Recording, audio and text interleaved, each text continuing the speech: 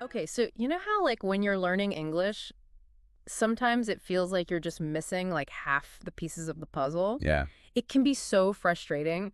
But what if I told you that like there's this technique? Uh-huh. It's kind of like a mental workout Okay. that can help you rewire your brain to actually think in English. Hmm. It's called reverse translation. Oh, interesting. Yeah, and it was one of the most surprising things I found when I was looking through all that research you sent over. Yeah, it is pretty fly. Yeah, so maybe we can start with like what exactly is reverse translation? Sure. So basically, it takes advantage of the way our brains kind of naturally work Okay. by making us think about language on like a much deeper level than we normally do. I'm intrigued, I have to say. Uh, So how does it work? well, imagine you have a sentence in English. All right. Instead of just reading it, you translate it into your native language. Uh-huh. But like carefully thinking about how you'd express that same thought. Okay. And this is like the really cool part. You translate it back into English without looking at the original. So it's kind of like mental ping pong, Sure. going back and forth between English and my native language. Yeah, and that back and forth is what makes it so effective. Hmm. Why is that? Well, it breaks you free from that word-for-word translation trap, Oh, where your English ends up sounding a bit robotic Yeah. because you're like directly mapping words from your native language. Right. Reverse translation makes you think about the whole sentence like as one idea, Okay. and you have to really deal with all the nuances of English grammar and vocabulary. You know what really made that clear for me was the example from one of the articles. Oh, yeah, which one? It was the one with the sentence, she decided to take a break. Okay, yeah. When they translated it back and forth, Yeah. it showed how even a simple sentence can have so many different meanings depending on which words you choose. Right. I caught myself thinking about how I would have translated it so differently. Exactly, and that's precisely how reverse translation works, Yeah. By comparing your version of the English sentence to the original, Yeah. you start to see all those subtle differences. Right. And those are the things that usually trip us up when we're trying to sound more natural and fluent. It also really shows you like where your understanding of English differs from a native speaker. Totally. So it's more than just learning new words. Yeah. It's about using them in a way that sounds like a native speaker. Exactly. Okay, so that makes total sense. But how can someone listening actually start using this? Well, the great thing about reverse translation is that it's actually really simple. Oh, good. You can start with just a single sentence Okay. or like a short paragraph Yeah. from anything, like a book, an article, even a podcast. Yeah. And you want to choose something that like challenges you, Uh-huh. but it shouldn't be like super difficult. Got it. So find a sentence, translate it back and forth, and then compare it to the original. Exactly. What should I be looking for when I'm comparing? Yeah, it's a great question. Yeah. Well, you want to pay close attention to the vocabulary you used. Right. Did you choose the same words as the original sentence? Uh-huh. Do those words have the same nuance? Like the same feeling? Yeah. And then also look at the grammar and the sentence structure. Okay. Did you put the words together in a way that sounds natural in English?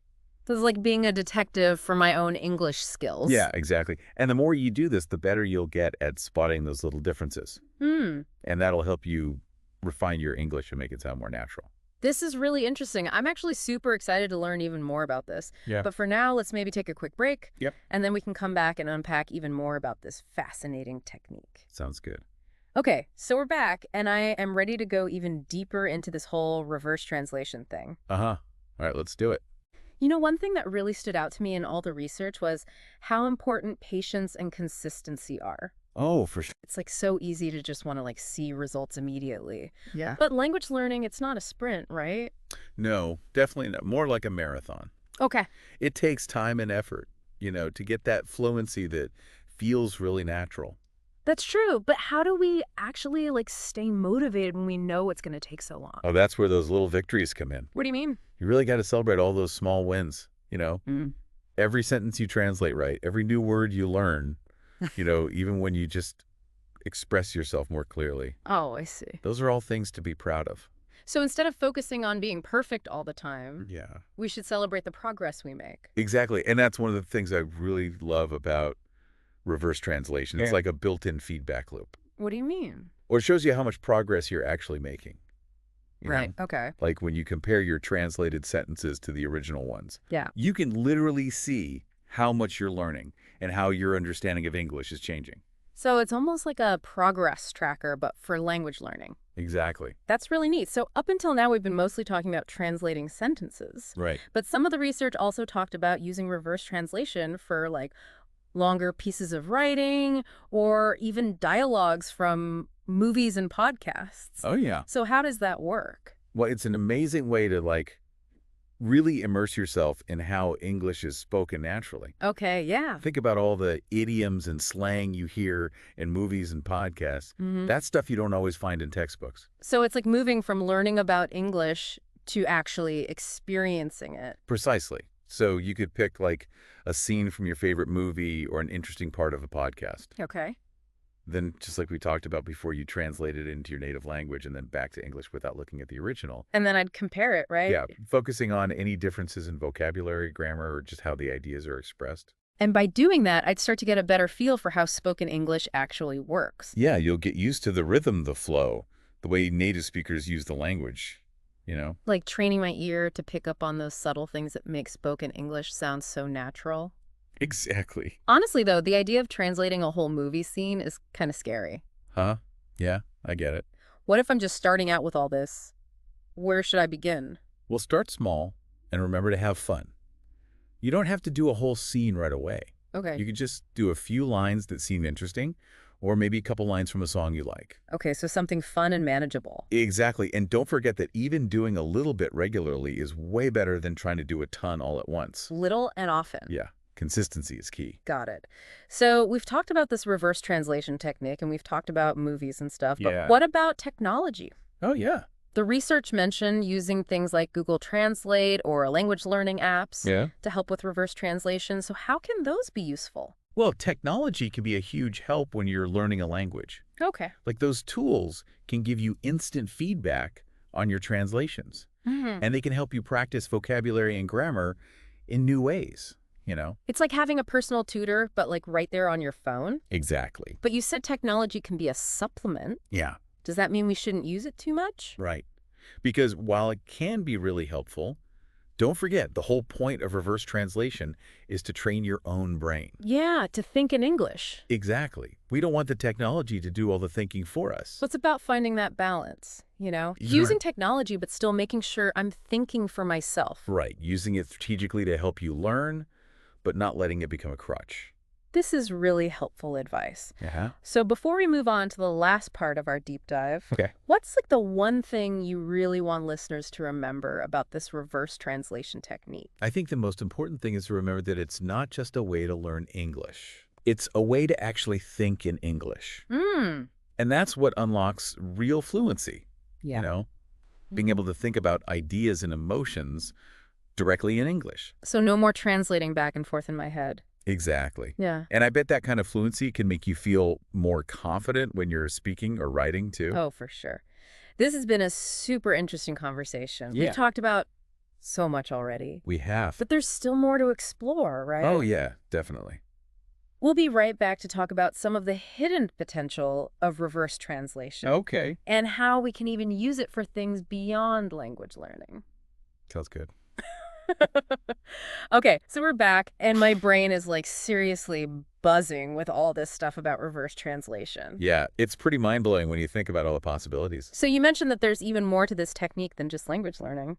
Right. We've been focusing on language, Hmm. but the basic idea behind reverse translation, Uh-huh. like taking a concept and moving it back and forth between something familiar and something new, that can actually apply to learning all kinds of things. Okay, you've got my attention now. So what do you mean, like, give me an example? Okay, let's say you're trying to learn how to code. All right, I'm listening. So you're learning this new coding concept that's kind of complicated. Yeah. But instead of just trying to memorize all the syntax, Yeah. the rules and stuff, Yeah. you try to translate that concept into like a real-world analogy or a metaphor. Okay, something I can actually understand. Exactly, like something that makes sense to you. Uh-huh.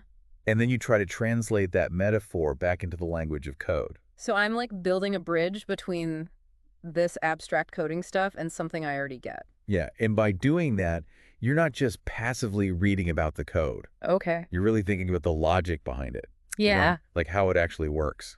That's pretty cool. Is this just for coding, though? No, not at all. This way of thinking can be used for pretty much anything. Really? Like what? Well, let's say you're learning a new piece of music on an instrument, and there's this one phrase that's really hard to play.